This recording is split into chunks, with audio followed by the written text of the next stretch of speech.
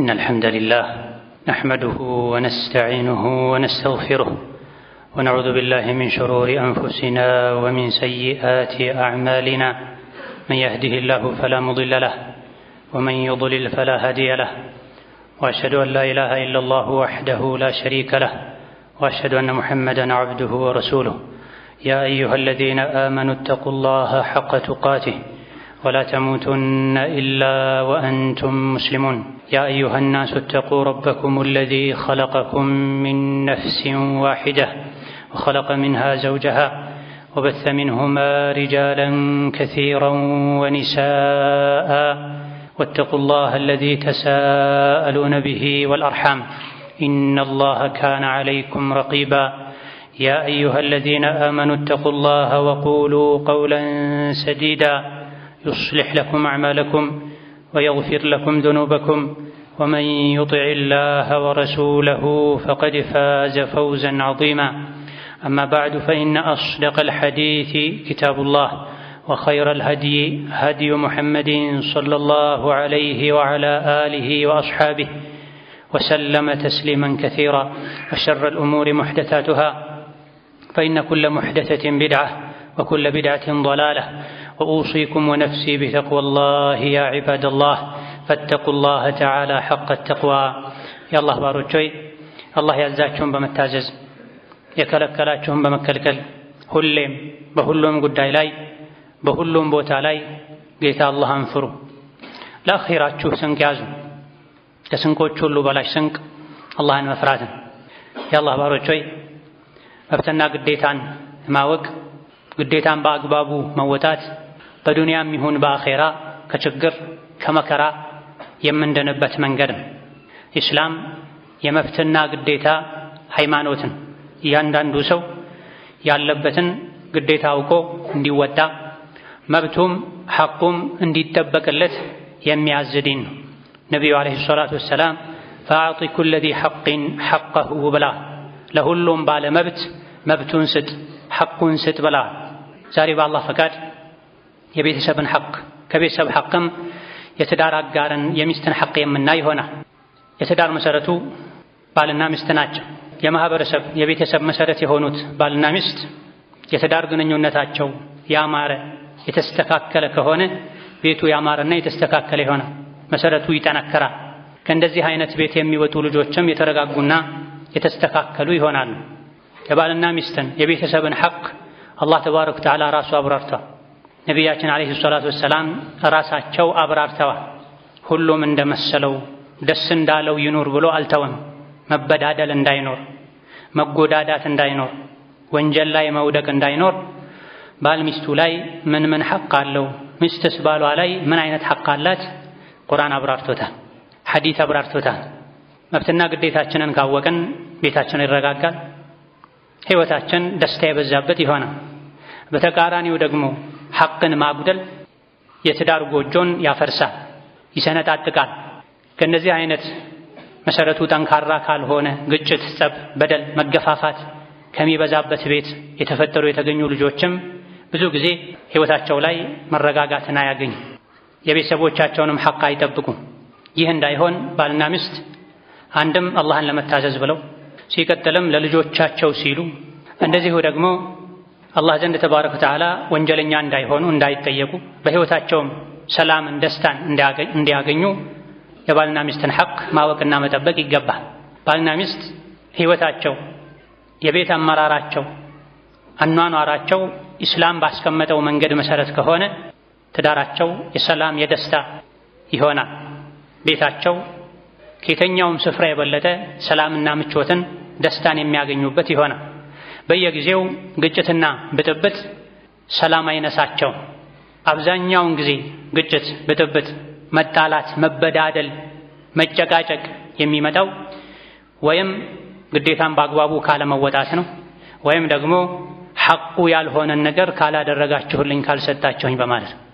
አብዛኛውን ጊዜ ሁሌም ማለት ይቻላል አለመግባባቶች በባልና ሚስት መካከል ግጭቶች፣ ችግሮች የሚፈጠሩት ወይም ግዴታን ካለመወጣት ነው ወይም መብቱ ያልሆነን ነገር ሐቁ ያልሆነን ነገር አጎደላችሁብኝ ከማለት።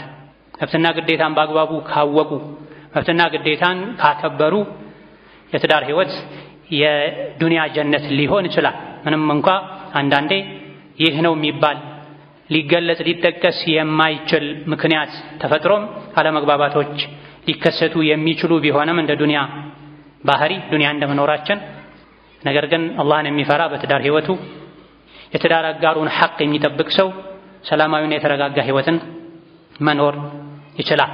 በባልና ሚስት መሃል መጠበቅ ያለባቸው ሐቆች እንዳሉ ከሚያሳዩ የቁርአን አንቀጾች አንዱ ወለሁነ ሚስሉ الذي عليهن بالمعروف የሚለውን የሱረቱል በቀራ አንቀጽ ያለባቸው አይነት ሐቅ ለነሱም ባሎቻቸው ላይ አላቸው ይላል። ባል ሚስቱ ላይ ሐቅ አለው፣ ሚስትም ባሏ ላይ ሐቆች አሏት። ነብዩ ሰለላሁ ዐለይሂ ወሰለም ኢነ ለኩም ዐላ ኒሳኢኩም ሐቃ፣ ወንዶች ሆይ ለእናንተ ሚስቶቻችሁ ላይ ሐቆች አሏችሁ፣ ለሚስቶቻችሁም እናንተ ላይ ሐቆች አሏቸው ብለዋል። ባል የሚስቱን ሐቅ ሲጠብቅ፣ ሚስትም የባሏን ሐቅ ስትጠብቅ ግንኙነታቸው አብሮነታቸው የሰላም ይሆን የደስታ ይሆን መልካም ልጆች የሚፈሩበት ይሆን። በተቃራኒው ደግሞ ሐቅን አለማወቅ ወይም ያወቁ ማጉደል ካለ አብሮ መኖሩ ጉዳቱ የበዛ ይሆናል። ሚስት ባሏ ላይ ካሏት ሐቆች አንዱ ማህሯን በአግባቡ መስጠት ነው። አላህ ተባረከ ወተዓላ ለሴቶች ለሚስቶቻችሁ ማህር ስጡ ብሎ አዟል። ወአቱ ኒሳአ ሰዱቃቲሂነ ኒሕላ፣ ለሴቶች ማህራቸውን ስጧቸው፣ ኒሕለተን ዋጅብ የሆነ ስጦታ። እናንተ በበጎ ፈቃደኝነት በማመጻደቅ መልኩ ምሰጡት ሳይሆን እናንተ ላይ አላህ ግዴታ ያደረገው ስጦታ ሲሆን ማህራቸውን ስጧቸው ብሎ አላህ ተባረከ ወተዓላ አዟል። ነቢይም ዓለይሂ ሰላቱ ወሰላም ሰዎች ሊከፍሉት ከሚገባ ሁሉ ዕዳ ትልቁ መከፈል ያለበት ነገር አንዲት ለአንድ ወንድ ሐራም የነበረችን ሴት ለሱ ሐላል እንድትሆን ያደረገበትን የማህርን ክፍያ ነው ከምንም በላይ ሰው ተጨንቆ ተጠንቅቆ መክፈል ያለበት ብለዋል ነቢያችን ዓለይሂ ሰላቱ ወሰላም። ማህርን ላለመስጠት ከመወሰን ጋር ወደፊት እሰጣለሁ ብሎ ማግባት ዝሙት ነው። ማህር ካሽ በጊዜው ቢሰጥ የተሻለ ነው። ወደፊት የሚሰጥ ብሎ ኒካህ ማሰርም ይቻላል ከተስማሙ። ነገር ግን በውስጥ አልሰጣትም ብሎ የሆነ ገንዘብ መጠን ስሙን ጠርቶ ሳይሰጡ ለመኖር ከመወሰን ጋር ከአንዲት ሴት ጋር አብሮ መኖር ህይወታቸው ግንኙነታቸው የዝሙት ህይወት ይሆናል። ይህ እንዳይሆን ማህርን ደስተኛ ሆኖ የጋብቻ ስነ ስርዓት አንዱ አካል ነው፣ ሐራም የነበረችን ሴት ለኔ ሐላል ማደርግበት ነው፣ አላህ ያዘዘኝ ነው ብሎ መክፈል ተገቢ ነው። ማህር የሴት ልጅ የብቻዋ የሷ ሐቅ ነው። አባት እናቷ ወንድሞቿም ሊቀሟት አይገባም። ባልም አስፈራርቶም ይሁን አታሎ አጭበርብሮ ሊወስድባት አይገባም። በበጎ ፈቃደኝነቷ ከሆነ ሁሉንም ለባሏ ይቅር ማለት ትችላለች ከተስማሙበት በኋላ ከተከፈለ በኋላ ወይም ቃል ከተገባ በኋላ። አሊያ ደግሞ ለፈለገችው ሰው የፈለገችውን ያክል መስጠት ትችላለች። ያለ ፈቃዷ ግን አይነካም። ፈኢን ጢብነ ለኩም ዐን ሸይኢን ሚንሁ ነፍሰን ፈኩሉሁ ሀኒአን መሪአ ይላል። ከማህር የተወሰነውን ወይም ሁሉንም ቢሆን ለእናንተ ይቅር ካሏችሁ እየጣፈጣችሁ ደስ ያላችሁ ብሉት ይላል።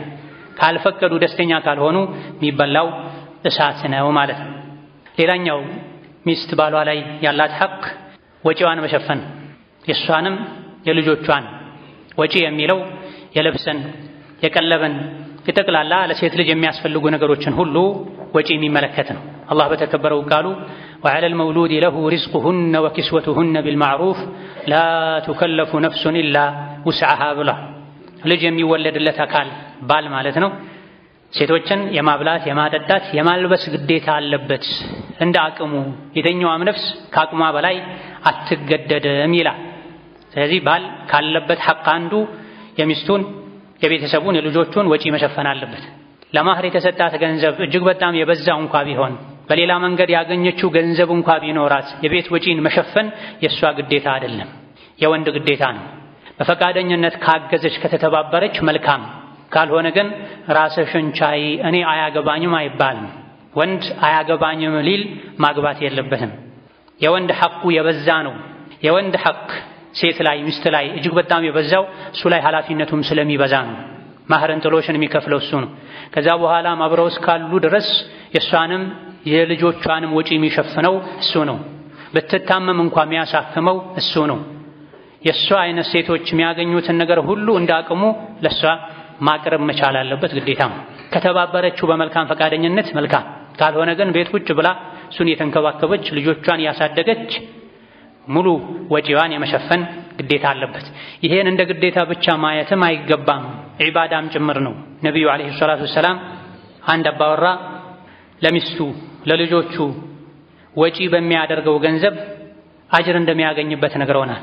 ፊ ሰቢልላህ ገንዘብ ብትሰጥ፣ ለጂሃድና ለመሰል መልካም ዓላማዎች ለተቸገረ ምስኪን ብትረዳ፣ ቤት ለሚስትህ ለልጆችህ ወጪ ብታደርግ ከነዚህ ከሶስት አይነት የወጪ መንገዶች አጅሩ የሚበዛው ለቤተሰብህ ወጪ ያደረግከው ነው ብለዋል ነብዩ ሰለላሁ ዐለይሂ ወሰለም።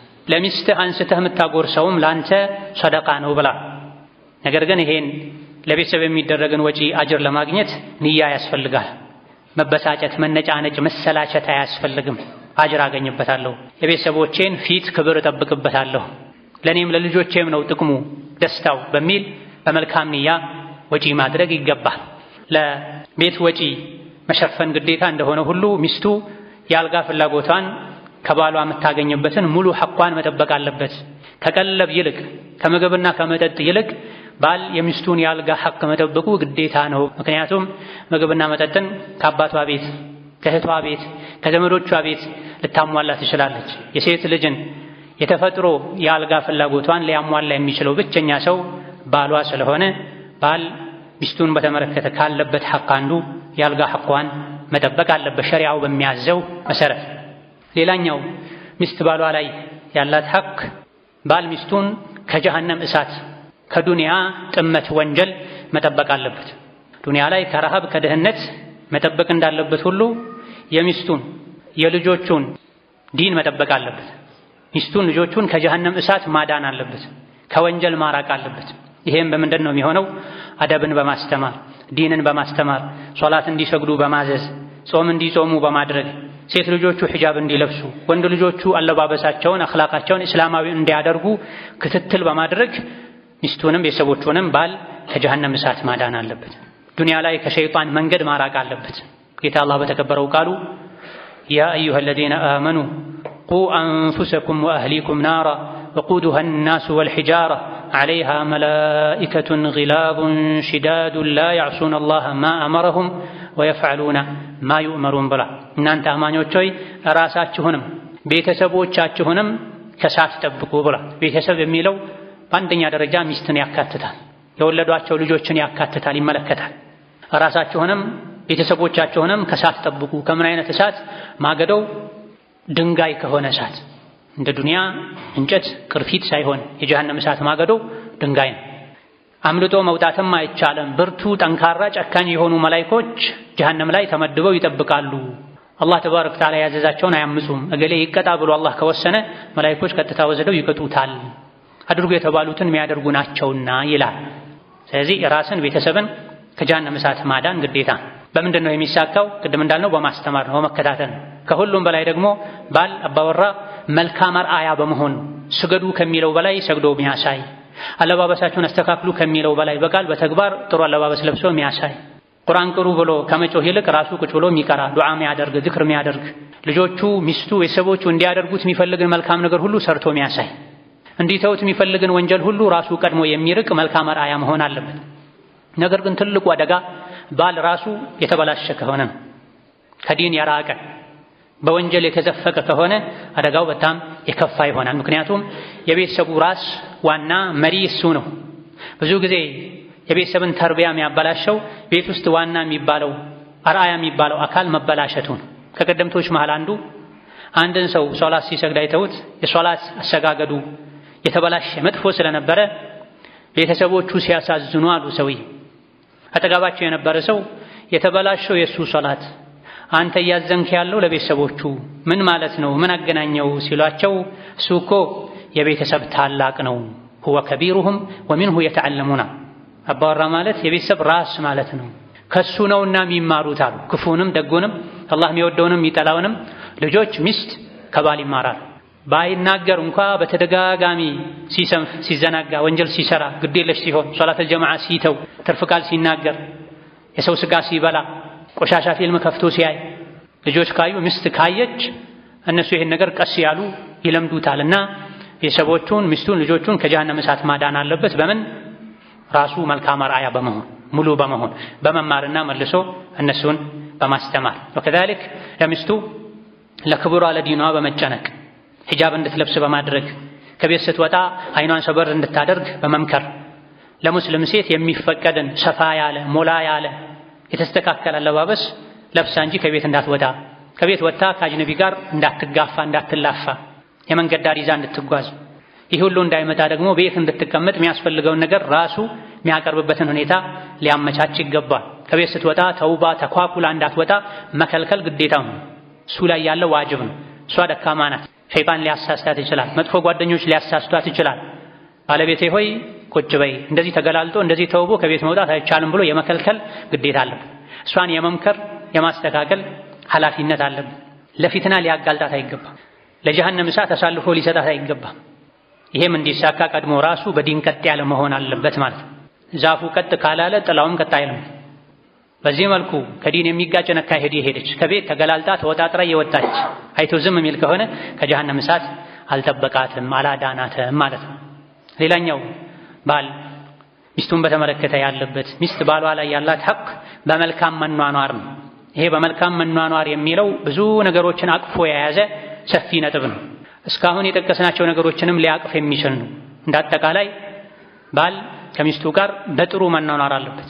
ይህ በጥሩ መኗኗር የሚለውን መጥፎና አስቸጋሪ ነገሮችን ሁሉ መተውን መልካምና ጥሩ ነገሮችን ሁሉ ማድረግን ያካትታል። በመልካም የመኗኗር አንዱ ትልቁ መገለጫ ስነ ምግባርን ማሳመር ነው። ባል ከሚስቱ ጋር ሲኗኗር ከእሷ ጋር ስነ ምግባሩን ማሳመር አለበት። ነቢዩ ዓለይሂ ሰላቱ ወሰላም አሐቡ ዒባዲላሂ ኢለላሂ አሕሰኑሁም ኹሉቃ ብላ አላህ ዘንድ ከባሮቹ ሁሉ ይበልጥ እሱ ዘንድ ተወዳጁ ስነ ምግባሩ ይበልጥ የሚያምረው ነው ብሏል። የስነ ምግባር ጉዳይ ከቤት ውጪ አይደለም። ከቤት ውጪ ሁሉም ጥሩ ነው እስካራባው ድረስ እስካልተነካ ድረስ። የሰው የስነ ምግባሩ ማማር ውብ ሸጋ መሆን የሚለካው መቼ ነው? ቤት ውስጥ ነው። ጉዞ ላይ ሲሆን፣ በተራበ ጊዜ ነው፣ በጠገበ ጊዜ ነው፣ በደስታና በሐዘን ጊዜ ነው ትክክለኛ ማንነቱ የሚወጣው። ስለዚህ ባል ለሚስቱ መልካም መሆን አለበት። አላህ በተከበረው ቃሉ ወዓሺሩሁነ ቢልማዕሩፍ ብሏል። በመልካም ታኗኗሯቸው፣ ስታኖሯቸው በጥሩ አኑሯቸው። መኗኗሩ ካልተቻለ በአማረ መልኩ ሸኟቸው፣ በክብር በጸባይ ተቀበላችሁ እንዳመጣችኋቸው ብሏል። ታዲያ በመልካም የመኗኗር አንዱ መገለጫ ባል ለሚስቱ ስነ ምግባሩን ማሳመር አለበት። ከእናንተ ውስጥ ጥሩ ሰው ማለት ይበልጥ ለቤተሰቦቹ ጥሩ የሆነ ሰው ነው ብሏል። የሰው ጥሩ ለሚስቱ ጥሩ የሆነ ለልጁ ጥሩ የሆነ ለእናቱ ጥሩ የሆነ የሰው መጥፎ ለሌሎች ጥሩ ሆኖ ለሚስቱ መጥፎ የሚሆን ነው። ለልጆቹ ለቤተሰቦቹ መጥፎ የሚሆን ሰው ለሚስት መልካም ከመሆን ሚስትን በመልካም ከእሷ ጋር ከመኗኗር መገለጫዎች አንዱ አስተያየቷን ማክበር፣ ምርጫዋን፣ ውሳኔዋን ከሸሪዓ እስካልወጣ ድረስ የባልን ሐቅ እስካልተጋፋ ድረስ ማክበር፣ በምንም መልኩ ሚስቱን ከማዋረድ መራቅና መጠንቀቅ አለበት። ካጠፋች ይቅርታ እንድትጠይቀው እንደሚፈልገው ሁሉ እሱም ሲያጠፋ ሚስቱን ይቅርታ ሊጠይቅ ይገባዋል። ይሄም ሐቋን ሁሌም እሷ አይደለችም ይቅርታ መጠየቅ ያለባት። ይቅርታ መጠየቁ ክብሩን የሚነካ ነገር አይደለም። ክብር የሚነካው አጥፍቶ ችክ ብሎ የራስ አቋም ላይ በመጽናት ነው፣ ጥፋተኛ መሆኑን እያወቁ። እንደው በተቃራኒው አጥፍቶ ይቅርታ የሚጠይቅ ወንድ ባለቤቱ ዘንድ ያለው ቦታ ይጨምራል። ለሱ ያላት ክብርና ውዴታ እያደገ ይሄዳል። ስለዚህ ባል ከሚስቱ በመልካም ከሚኗኗርባቸው መንገዶች አንዱ መብቷን መጠበቅ፣ ሐቋን መጠበቅ፣ ሚስቱን አለመናቅም፣ ለሚስቱ ሸሪዓ በሚያዘው መሰረት ትሁት መሆን፣ ካጠፋ ዝቅ ብሎ ይቅርታ መጠየቅ። ስትቆጣ ሊያረጋጋት ይገባል፣ ሲቆጣ ልታረጋጋው ይገባል። ይሄ ሱሐቦች የትዳር ህይወት ላይ ይከተሉት የነበረ መርህ ነው። ከትልልቅ የነቢዩ ዓለይሂ ሰላቱ ወሰላም ሱሐቦች መሃል አንዱ የሆኑት አቡ ደርዳ ባለቤታቸውን እኔ ስቆጣና ስበሳጭ አንቺ ያረጋግኝ፣ አንቺ ስትበሳጭና ስትቆጪ እኔ ያረጋጋሻለሁ፣ በዚህ መልኩ እንጂ ህይወታችን ቀጣ አይልም ብለው መክረዋል። ስለዚህ ይቅርታ የሚያስጠይቅ ነገር ካለ፣ ጥፋት ካለ ባል ሚስቱን ይቅርታ ሊጠይቅ ሊክስ ይገባል። አንዳንዴ ችግሮችን ለማለፍ ዝቅ ማለት ጥፋተኝነትን ማመን ተገቢ ነው። ወከዛልክ በመልካም የመኗኗር ሌላኛው መገለጫ መመካከር። ባል ሚስቱን ማማከር አለበት በቤታቸው ጉዳይ፣ በልጆቻቸው ጉዳይ፣ በትምህርታቸው ጉዳይ፣ በትዳራቸው ጉዳይ። ባል ሁሉን ነገር ብቻውን መወሰን የለበትም። ምንም እንኳ የመጨረሻዋ ንግግር መቋጫዋ የባል ሐቅ ናት ብዙ ጊዜ ቢባልም የቤት ቀዋም መሪ እንደመሆኑ፣ ነገር ግን ልጆቻችን የት ይማሩ፣ የት ይቅሩ፣ ለልጆቻችን ምን አይነት ልብስ ይገዛ፣ ማንን ታግባ፣ ማንን እንዳረው የሚለው ላይ ባለ ብቻውን ፊቱን አዙሮ ተኮሳትሮ መወሰን የለበትም። ባለቤቱን ማማከር አለበት። ይሄ ትዳር ውስጥ የበለጠ ኃላፊነት እንዲሰማት ቦታ እንዳላት እንዲሰማት ያደርጋል። ሁሉንም ውሳኔ ምናልባትም ከውጪ ሰው ምናልባትም ከእህቶቹ ከእናቱ ብቻ የወሰነ ባለቤቱን ማትፈልገው ነገር እንኳን ቢሆን በግድ እንድትፈጽም ማድረግ የመናቅ ስሜት እንዲሰማት ያደርጋል። ይሄ ደግሞ ዋጋ ያስከፍላል። ሰው የዘራውን ነው የሚያጭደው። ባለቤቱን ያከበረ የአክብሮት ምልክትን ያሳየ ክብር ያገኛል፣ ፍቅር ያገኛል። ባለቤቱን ሚንቅ ምናልባትም ከሰራተኛው እኩል አልፎ ተርፎ ከሰራተኛውን በታች አድርጎ የሚያይ ሰው እንዲህ አይነትን ግፍ በደል እየፈጸመ ከባለቤቱ በኩል ጥሩ ነገር አያገኝም። አላህም ቤቱን ጥሩ አያደርግለትም። ትዳር ሰጥቶ መቀበል። ነቢዩ አለይሂ ሰላቱ ወሰላም ሚስቶቻቸውን ያማክሩ ነው። አይደለም የቤተሰብ ጉዳይ፣ የውጭ ጉዳይ፣ የጂሃድ፣ የጦርነት፣ የጉዞ ጉዳይ ላይ እንኳ ባለቤታቸውን ኡሙ ሰለማን አማክረው የኡሙ ሰለማን ሐሳብ ተቀበለው 1300 1500 አካባቢ የሚደርሱ ሰሐቦች ሁሉ እሺ ብለው ተመልሰዋል። ሱልህ አልሁደይቢያ ላይ መካ አትገቡም ዑምራ አታደርጉም ብለዋቸው የመካ አምባገነን ሙሽሪኮች ነቢዩ አለይሂ ሰላቱ ወሰላም ብዙ ተደራድረው መጨረሻ ላይ ለዘንድሮ ተመለሱ፣ ቀጣይ ዓመት ላይ ነው መታችሁ ዑምራ የምታደርጉት ብለው ሙሽሪኮች ወስነው ይሄን ካደረጋችሁ ብዙ የሚገኝ ጥቅም አለ ለኛም ለናንተም፣ ለ10 ዓመት ጦርነት ይቆማል፣ ዳዕዋ ታደርጋላችሁ ወዘት የሚል ይዘት ያለው ስምምነት ተደርጎ ነው። ብዙ ሰሐቦች ግን ከአቡበክር ስዲቅ ውጪ ይሄ የበታችነት ነው፣ ውርደት ነው። ከመዲና ተነስተን መተን 400 ምናምን ኪሎ ሜትር አቋርጠው መካ ሊገቡ ጥቂት ሲቀራቸው ነበር ተመለሱ ያሏቸውና አንመለስም ብለው ነበር። አንመለስም ያሉት ነቢይን ለማመስ ሳይሆን መጠባበቃችንን አላህ አይቶ ሌላ ፍርድ ያመጣል ብለው እየጠበቁ ነበር። ሱሐቦችን ጸጉራችሁን ላጩ፣ የያዛችሁትን የሀዲ እንስሳትን እረዱ፣ ከዚሁ እንመለሳለን ሲሏቸው ብዙዎቹ ዝም ብለው ጠብቀው ነው። ይሄኔ ነው ነብዩ ሰለላሁ ዐለይሂ ወሰለም ኡሙ ሰለማ ጋር ገብተው ምን ይሻላል ጸጉራችሁን ተላጩ፣ እረዱ፣ እንመለስ ብላችሁ እኮ ዝም አሉ ብለው ኡሙ ሰለማን ባለቤታቸውን ሲያማክሩ እርሶ ዝም ብለው ወጥተው ጸጉሮትን ይላጩ፣ እርሶ ጸጉሮትን ከተላጩ ዑምራው አበቃ ማለት ነው። እዚህ ጋር እርሶ ወደ መዲና እነሱ ወደ መካ መቼም አይሄዱም፣ በተግባር ያሰቡትን ነገር ያድርጉ ብላቸው ነብዩ አለይሂ ሰላቱ ወሰላም ወጥተው ጸጉራቸውን ተላጭተዋል። ይሄኔ ሱሐቦች ያለምንም ማንገራገር እርስ በርስ ጸጉራቸውን መቆረጥ መላጨት ጀምረዋል። የኡሙ ሰለማን ሐሳብ ይዘው ይሄን ትልቅ ውሳኔ ወስነዋል። ስለዚህ ባል ከሚስቱ ጋር መመካከር አለበት፣ በተለይ በቤተሰብ ጉዳይ ላይ በልጆች ጉዳይ ላይ። أقول قولي هذا وأستغفر الله لي ولكم ولسائر المسلمين من كل ذنب وخطيئة فاستغفروه إنه هو الغفور الرحيم والبر الكريم. الحمد لله على إحسانه والشكر له على توفيقه وامتنانه، وأشهد أن لا إله إلا الله وحده لا شريك له تعظيما لشأنه، وأشهد أن محمدا عبده ورسوله الداعي إلى رضوانه صلى الله عليه وعلى آله وأصحابه وإخوانه وسلم تسليما كثيرا. أما بعد، ሚስት ባሏ ላይ ካላት ሐቅ ባለም ሚስቱን በተመለከተ ካለበት ሐቅ አንዱ ትልቁ ብዙ ነገሮችን አቅፎ የሚይዘው ነጥብ በመልካም መኗኗር።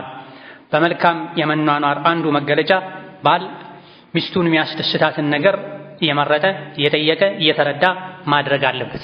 ትዳር የሚቆመው በመቻቻል በመዋደድ በመተባበር ላይ ነው። እነዚህን የሚያሳኩ ነገሮችን ሁሉ ማድረጉ ተፈላጊና የተወደደ ይሆናል በዲናችን። ስለዚህ ባል ባለቤቱን የማስደሰት ህይወቷ ላይ ደስተኛ እንድትሆን የማድረግ ኃላፊነት አለበት። በመልካም የመኗኗር አንዱ አካል ነው። ትዳርን እንዲሁ እንደ ሸክም እያየችው መኖር የለባትም። ከባሏ ጋር ባላት ግንኙነት ህይወት ደስተኛ መሆን አለበት። አልሐምዱሊላህ እንደዚህ አይነት ትዳር የሰጠኝ አላህ እንድትል ባል የሚችለውን ሁሉ ማድረግ አለበት። የባልነት ኃላፊነቱ ምግብና መጠጥ ማቅረብ፣ ልጅ መውለድ ማስወለድ ብቻ አይደለም። የባልና ሚስት የእርስ በርስ ግንኙነት ጥሩም ይሁን መጥፎ ጥላው ልጆች ላይ ማረፉ አይቀርም። ባሏን የምትወድ ሴት ልጆቿ አባታቸውን የወደዱ እንዲያድጉ እንዲያከብሩ በአባታቸው እንዲኮሩ አድርጋ ማሳደግ ትችላለች። በባሏ በኩል ምንም አይነት የመወደድ የመከበር ስሜት ማይሰማት ሴት ይህ ልጆቿ ላይ ይጋባል። ስለዚህ ትዳር ያማረ እንዲሆን የጠነከረ እንዲሆን ጥሩ ልጆች እንዲፈሩበት ባል ሚስቱን የምትወደውን ነገር አውቆ ማድረግ የምትጠላውን ነገር አውቆ መተው አለበት። ሀዲያ መስጠት አለበት። ትንሽም ቢሆን ቤተሰቦቿን ማክበር አለበት።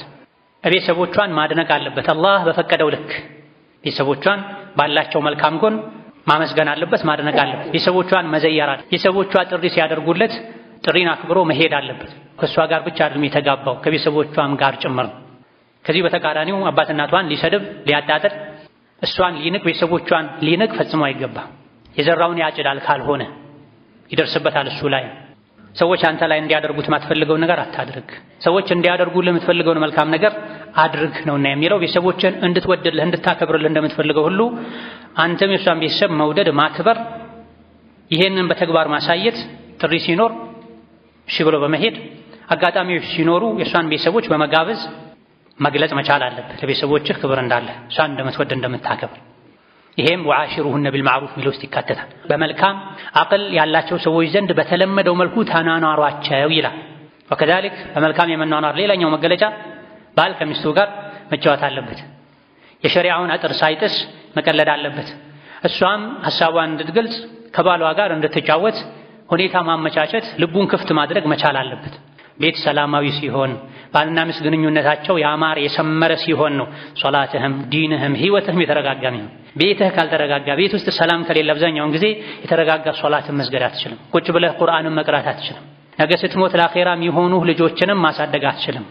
ቤት ሰላም እስከሌለው ድረስ ቤት ሰላም እንዲያገኝ ከሚረዱ ነገሮች አንዱ ባል ለሚስቱ ቀለል ማለት አለበት ለሚስቱ ጊዜ መስጠት አለበት ማጫወት አለበት ከሚስቱ ጋር መቀለድ አለበት መሳቅ አለበት የሸሪዓው አጥር ሳይጣስ ነብዩ ሰለላሁ ዐለይሂ ወሰለም ከአይሻ ጋር ይጫወቱ ነው ከፊት ወንዶች እንዲሄዱ አድርገዋቸው ከአይሻ ጋር ባዶ የሆነ ቦታ ፈልገው እሽቅድድም ይጫወቱ ነበር አንዴም አይደለም በተደጋጋሚ ቀድመዋልም ተቀድመዋልም አለይሂ ሰላቱ ወሰለም በአንድ ቃብሮ ይጠጡ ነበር የቱ ጋር ነው የጠጣሽው ያሉ ከአንድ በላይ ሚስቶች ነበሯቸው እንዲጫወቱ የሚያደርጉ ነበር ነብዩ አለይሂ ሰላቱ ወሰለም አራያ ተነሳቸው ናቸው ሁሉም ነገር እስላም ሻሚል ነው ሁሉን አቀፍ ነው ወከዛሊክ ለባለቤቱ ፈገግታን ሊያሳይ ይገባል ፈገግ ሊል ይገባል ፊቱን ለውጭ ሰዎች ብቻ አይደለም ክፍት ማድረግ ያለበት ፈታ ማድረግ ያለበት ከቤት ነው የሚጀምረው ጥሩ ሰው ማለት ለቤተሰቦቹ ጥሩ የሆነ ነው ተብሏል የጥሩነት አንዱ መገለጫ በፈገግታ ማስተናገድ ነው ሲገባ ፈገግ ብሎ ሰላም አለይኩም ብሎ እንዴት ዋላችሁ ብሎ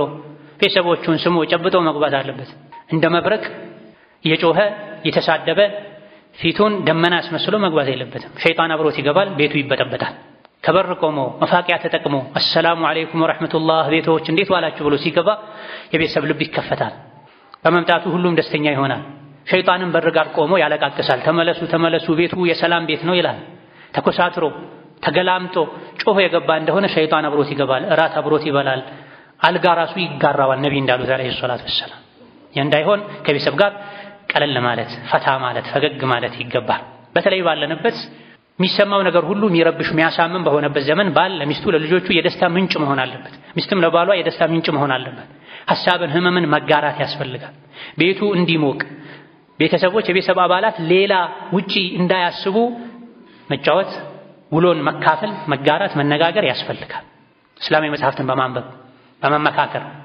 የሱሐቦችን ታሪክ በማንበብ ባል ውጪ ኸይርን ይዞ መጥቶ በማሳተፍ ሚስትም ያቅሟን ተሳትፎ በማድረግ ቤቱን ማሞቅ ይጠበቅባቸዋል ወከዛሊክ ከባለቤቱ ጥሩ ነገር ካየ በመልካም የመናኗር አንዱ መገለጫ አድናቆቱን መግለጽ መቻል አለበት ጥሩ ምግብ ከሰራች ጀዛኪላሁ ኸይረን የዛሬ ምግብ ይጣፍጣል ማለት አለበት ይሄም ከነቢ ነው የምንማረው አለይሂ ሰላቱ ወሰለም ጥሩ ልብስ ለብሳ ካየም አለባበሷን ማድነቅ አለበት ማመስገን አለበት አይቶ እንዳላየ ማለፍ የለበትም አይኑ የሚገለጠው ለውጪ ሴት ብቻ መሆን የለበትም የገዛ ሚስቱን ባለቤቱን በስራ ውላ እሱ መምጫው ሰዓት ነው ብላ ታጥባ ለብሳ አይቶ እንዳላየ ማለፍ የለበትም ደነዝ መሆን የለበትም ማመስገን አለበት ማድነቅ አለበት ሴቶች በባህሪያቸው በባላቸው መደነቅን ትኩረት መሳብን ይወዳሉ መስደብ መጮህ ማገላመጥ ማዋረድ ቀልብም ይሁን አጥንትን መስበር ፈጽሞ አላህን ከሚፈራ ባል የሚጠበቅ አይደለም የዚህን ተቃራኒ ማድረግ አለበት ሞራሏን ስሜቷን መጠበቅ አለበት ይሄም ወዓሽሩሁነ ቢልማዕሩፍ ሚለው ውስጥ ይገባል ሪፍቀን ቢልቀዋሪር ሴቶች ማለት ብርጭቆዎች ናቸው ለብርጭቆዎች እዘኑ ሳሱላቸው ብለዋል ነብዩ አለይሂ ሰላቱ ወሰለም ወተቁላህ ፊኒሳ በሴቶች ጉዳይ አላህን ፍሩ ሴቶች ማለት እናንተ ዘንድ ያሉ ምርኮኞች ናቸው ብላ አብሏቸው አጠጧቸው ተንከባከቧቸው የሚያስጠላን ንግግር አትናገሯቸው ብላ በሌላም ሐዲታቸው ወተቁላህ ፊኒሳ በሴቶች ጉዳይ ላይ አላህን ፍሩ ሴቶችን ከሞቀ ከአባት እናታቸው ቤት አውጥታችሁ የወሰዳችኋቸው በአላህ ስም ቃል ገብታችሁ ነው ሐራም የነበረ ማህፀናቸው ለእናንተ የተፈቀደ የሆነውም በአላህ ቃል ነው በዲን ነው አንኪሑ በሚለው ነው ስለዚህ ከትዳር አጋራችሁ ጋር ያለን ግንኙነት ማበላሸት ከአላህ ጋር ያላችሁን ግንኙነት ማበላሸት ነው ሐራም የነበረች ላንተ ትርቅህ የነበረች ሴት ተከብራ በአባት እናቷ በወንድም በእህቶቿ መሃል በሞቀ ቤት ትኖር የነበረው ወደ አንተ ቤት ወደ ማታውቀው ወንድ ወደ ማታውቀው ቤት የመጣችው ሸሪዓን ተከትላ ነው። ልጄን ዳርኩህ የምትለዋ ቃል በሸሪዓ መሰረት በሱናው መሰረት ዳርኩህ የምትለዋ ቃል ናት ከቤት ያወጣቻት። እቺ ቃል አላህ ዘንድ ከባድ ናት፣ ቦታ ስጣት። አላህን ፍራ በሴቶች ጉዳይ ብለዋል ነብዩ ሰለላሁ ዐለይሂ ወሰለም። በሌላም ሐዲታቸው ኡሐርጁ ዐለይኩም ሐቅ አልضعيفين የሁለት ደካሞችን ሐቅ አከብድባችኋለሁ፣ አስጠነቅቃችኋለሁ፣ ሐቃቸውን አታጉድሉ ብለዋል። ማናቸው ሁለት ደካሞች? የቲምና ሴቶች ብለዋል ነብዩ ሰለላሁ ዐለይሂ ወሰለም። የቲምና ሴቶች፣ እነዚህ ሁለት ደካሞችን በተመለከተ ሐቅ አታጉድሉ፣ ተጠንቀቁ በማለት ነቢያችን አለይሂ ሰላቱ ወሰላም መክረዋል። ወከዛሊክ በመልካም የመኗኗር ሌላኛው መገለጫ አንዳንዴ አይቶ እንዳላየ ማለፍ ነው። በትንሽ በትልቁ መጨቃጨቅ፣ መውቀስ፣ መስደብ አግባብ አይደለም። የትልቅ ሰውም ስራ አይደለም። ትልቅ ሰው የትልቅነቱ አንዱ መገለጫ ብዙ ነገር አይቶ ሲያልፍ ነው። በትንሽ በትልቁ የሚጨቃጨቅ ሰው ትልቅ ሰው አይደለም። ወንድ የቀዋምነቱ አንዱ መገለጫ ልቡ ሰፊ መሆን አለበት፣ ትከሻው ሰፊ መሆን አለበት፣ ነገሮችን መቻል አለበት። በትንሹም በትልቁም እየተጨቃጨቀ ቤቱን እሳት ማድረግ የለበትም፣ እስር ቤት ማድረግ የለበትም። ሁሌም አንተ የፈለግከው ላይሆን ላይሳካ ይችላል። ሴት ናት፣ ደካማ ናት። በተፈጥሮም በአቅልም ሁሉ ነገሯ እንዳንተ ላይሆን ይችላል። መሶበር ያስፈልጋል፣ መቻል መታገስ ያስፈልጋል፣ አለስልሶ መኗኗር ያስፈልጋል። እኔ እንደፈለግኩት ቀጥ ካላለ ህይወቴ አትበል። ነብዩ አለይሂ ሰላቱ ወሰላም እንዳሉት ሴት ልጅ የተፈጠረችው ከጎን አጥንት ነው፣ ያውም ከላይኛው። የጎን አጥንት ትንሽ ጎበጥ ያለ ነው። እንደዛው ሆኖ ከተጠቀምክበት ይጠቅምሃል፣ አስተካክለዋለሁ ካልክ ይሰበርብሃል ብለዋል ነብዩ ሰለላሁ ዐለይሂ ወሰለም። ሴት ልጅ እኔ እንደፈለግኩ ካልሆነች ቀጥ ካላለች ካልክ ፍቺ ነው የሚከተለው። እንደዛው ሆኖ ግን ከተጠቀምክበት ትጠቀማለህ። የወንድና የሴት ባህሪ የተለያየ ነው። የበጋና የክረምት፣ የቀንና የማታ፣ የብርድና የሙቀት ባህሪ የተለያየ እንደሆነ ሁሉ የወንድና የሴት ባህሪ የተለያየ ነው። ለአንተ የሚታይህ ለእሷ ላይ ይታያት ይችላል። ለአንተ የሚገባህ ለእሷ ላይ ይገባት ይችላል። ይሄን በመረዳት የተፈጥሮ ልዩነቱን በመረዳት ቀን ላይ ከልጆች ጋር ስትጨቃጨቅ፣ ስትነጫነጭ ውላ ታማ የወር አበባ እርግዝና መሰል ነገሮች ተፈራርቀውባት ውስጧ ላይ ሊኖር የሚችለውን ስሜት በመረዳት መጨቃጨቅን መተው መቻል ማለፍ፣ ከዚህም አልፎ የቤት ስራ ላይ ማገዝ መተባበር ይገባል። ወንድ የውጭ ስራው ኃላፊነቱ ከባድ ቢሆንም አንዳንዴ ክፍት ሰዓት ሲያገኝ በሳምንት አንዴ እሁድና ጁምዓም ይሁን ማታ ከስራ መልስም ይሁን ሚስቱን ማገዝ አለበት፣ ተሳትፎ ማድረግ አለበት። አይሻ ረዲየላሁ ዐንሃ የነቢ ባለቤት ነብዩ ቤት ሲሆኑ ምን ያደርጋሉ ተብለው ሲጠየቁ ቤተሰብ የሚሰራውን ይሰራሉ፣ የሶላት ሰዓት ሲደርስ ወጥተው ይሄዳሉ። የሚታለብ ፍየል ካለ ያልባሉ፣ የሚሰፋ ካለ ይሰፋሉ። በእርግጥ ይሄ ሁሌ መሆን የለበትም። ወንድ ከሴት ጋር መመሳሰል፣ ሁሌ ከሴት ጋር እየተሻሸ ውሎ ግርማ ሞገሱን ማጣት የለበትም። ሳይበዛ በልክ ከሚስቱ ጎን መሆኑን የሚገልጽበት የተወሰነ ስራ ሊሰራ ሊያግዝ ይገባል። እነዚህ ጥቂት ሚስት ባሏ ላይ ያሏት ሐቆች ናቸው። ባልም ሚስቱን በተመለከተ ያሉበት ግዴታዎች ናቸው። እነዚህን መጠበቅ በዱንያም በአኼራ ጥቅም አለው። ለራስም ለትዳር አጋርም ከቤቱ ለሚወለዱ ልጆችም ጭምር ፍሬው የበዛ ነው። እነዚህን ተግባራዊ በማድረግ ፍቅር እየጨመረ ይሄዳል። አላህ ተባረከ ወተዓላ ይደሰታል። የትዳር ህይወት ግንኙነቱ ለትዳር አጋር ብቻ ተብሎ የሚደረግ አይደለም። አማች ቤተሰብ ተፈርቶ ብቻ የሚደረግ አይደለም። አላህ ተፈርቶ የሚደረግ ነው። በሴቶች ጉዳይ አላህን ፍሩ። ወለሁነ ሚስሉ ለዚ ዐለይሂነ ቢልማዕሩፍ ሴቶች ባላቸውን በተመለከተ ሐቅ እንዳለባቸው ሁሉ ለነሱም ባላቸው ላይ ሐቅ አላቸው ብሎ አላህ ያስቀመጠው ሐቅ ነውና እነዚህን ሐቆችን መጠበቅ አላህን ያስደስታል። ልጆች በነቢዩ አለይሂ ሰላቱ ሰላም ሱና መሰረት እንዲያድጉ ያደርጋል። ባልና ሚስት ራሱ እንደ አንድ ነፍስ ሆነው እንዲኖሩ ያደርጋቸው። ምክንያቱም መግባባትን ያመጣል። ብዙ ጊዜ ፍርድ ቤት መመላለስ፣ ሽማግሌ ማድከም፣ ልጆች ፊት መጨቃጨቅ፣ ከመጨቃጨቅ አልፎ መቦጫጨቅና አንዱ አካፋ ሌላኛው ማማሲያ ይዞ መጥቶ ልጆችን አእምሯቸውን በሽተኛ ማድረግ የሚመጣው እነዚህን ሐቆችን ካለመጠበቅ ነው። እነዚህና መሰል ሐቆች ከተጠበቁ ባልና ሚስት ሁለት አካል ሳይሆን አንድ አካል ሆነው መኖር ይችላል፣ ይግባባል። አንድ ቃል ሲጀምር ምን ማለት እንደፈለገ አውቃ አጨርሰው ብላ ተነስታ ልታደርግ እሱም እንደዚሁ ሊያደርግ ይችላል። መግባባትን ያስገኛል፣ የልብ ንጽህናን ያስገኛል፣ መወዳን መሐባን ይጨምራል። መሻኪል ችግር የሌለበት አልያ ደግሞ እንደ ዱንያ ችግሩ ያነሰ ህይወትን እንኖራለን። اللهم إنا نسألك عيش السعداء ونزول الشهداء ومرافقة الأنبياء والنصر على الأعداء يا سميع الدعاء. اللهم اصلحنا وأصلح نياتنا وأزواجنا وذرياتنا واغفر لنا ولوالدينا ولمشايخنا ولجميع المسلمين. اللهم فرج هم المهمومين ونفس كرب المكروبين واقض الدين عن المدينين وارحم موتانا وموتى المسلمين. اللهم اصلح لنا ديننا الذي هو عصمة أمرنا وأصلح لنا دنيانا التي فيها معاشنا وأصلح لنا آخرتنا التي إليها معادنا واجعل الحياة زيادة لنا في كل خير. اللهم إنا نسألك الهدى والتقى والعفاف والغنى. اللهم إنا نعوذ بك من زوال نعمتك وتحول عافيتك وفجاءة نقمتك وجميع سخطك. اللهم اجعل هذا البلد آمنا مطمئنا سخاء رخاء وسائر بلاد المسلمين. وحي صفوف المسلمين واجمع كلمتهم على الحق يا قوي يا متين. ربنا آتنا في الدنيا حسنة وفي الآخرة حسنة وقنا عذاب النار. آمين والحمد لله رب العالمين. وصلى الله وسلم وبارك على نبينا محمد.